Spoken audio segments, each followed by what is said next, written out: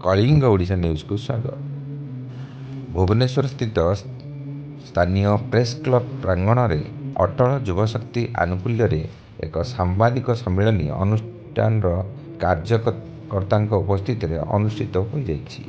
उक्त सांबादिक सम्मेलन में अनुष्ठान साधारण संपादक श्री प्रवीर शंकर दास प्रारंभिक सूचना निमित्त उपस्थित कार्यकर्ता मानकर परिचय कराइबा सह सांबादिक सम्मेलन उद्देश्य संपर्कित निजर वार्ता रखी अटल युवशक्ति केवल सामाजिक संगठन नुहे बरं पूर्वतन प्रधानमंत्री भारत रत्न अटल बिहारी वाजपेयी नीति आदर्श प्रचार एक प्रकार पदातिक बाहिनी बोली कहिथिले।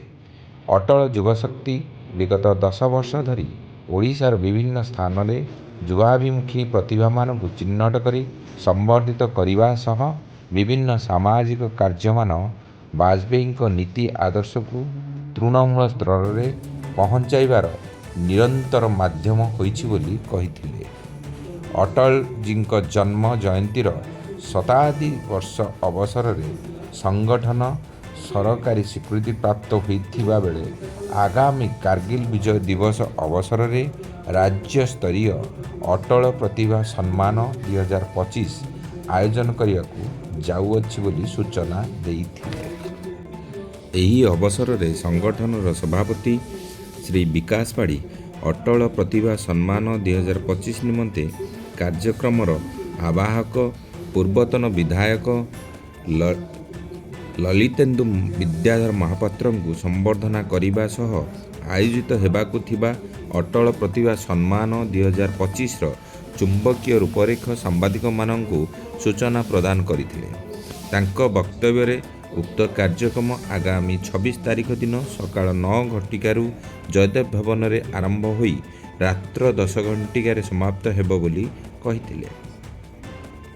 उक्त कार्यक्रम रे सकाळ समय रे एक कवि सम्मेलन आयोजन करा जिबा सह ओडिशार कोण अनुकोणरू आसीथिबा विभिन्न प्रतिभा माननकु सम्मानित करा जिवो। सेहीपरि संध्या सम्मेलनी आयोजन करा जिबा सह ओडिशार कोण अनुकोण आसीथिबा विभिन्न प्रतिभा माननकु सम्मानित करा जिवो। सेहीपरि संध्या समय रे मान्यगण्य व्यक्तिंक आतिथ्य रे अटल प्रतिभा सम्मान 2025 विभिन्न कैटेगरी रे चयन होइथिबा प्रतिभा माननकु संवर्धित करा जिबा सह एक प्रमाणिक चित्र एवं युगजन्म अटल पुस्तिकार उन्मोचन करा जिवो बोली कहिथिले। एही अवसर रे विभिन्न सांस्कृतिक कार्यक्रम मध्य करा जिबा पई निष्पत्ति होइछि बोली सूचना दैथिले।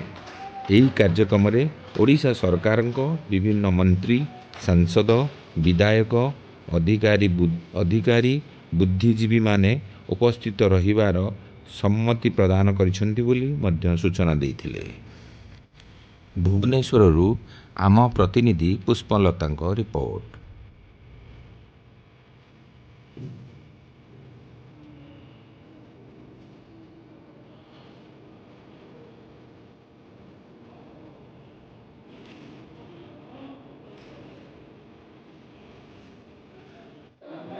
ये अटल युवशक्ति तरफ आगामी जुलाई 26 रे जो कारगिल विजय दिवस 25तम 25 वर्ष पूर्ति से वाजपेयी कार्यक्रम 100 वर्ष जन्म शतवार्षिकी पालन होमें समस्ते मिसी एक अटल प्रतिभा सम्मान कार्यक्रम कविता पाठ विभिन्न प्रकार सांस्कृतिक कार्यक्रम भव्य दिव्य भाव में आम पालन करने को जाऊँ जो सारा ओडिशार विभिन्न 13 जन प्रतिभा को सम्मानित करा जिवो। विभिन्न क्षेत्र विभिन्न लोकों को सम्मानित करा जिवो जो कि समस्ते आम सांगे रहिबे मंत्री विधायक माने भी उपस्थित रहे बोली मोर कनसेंट देइछन्ति।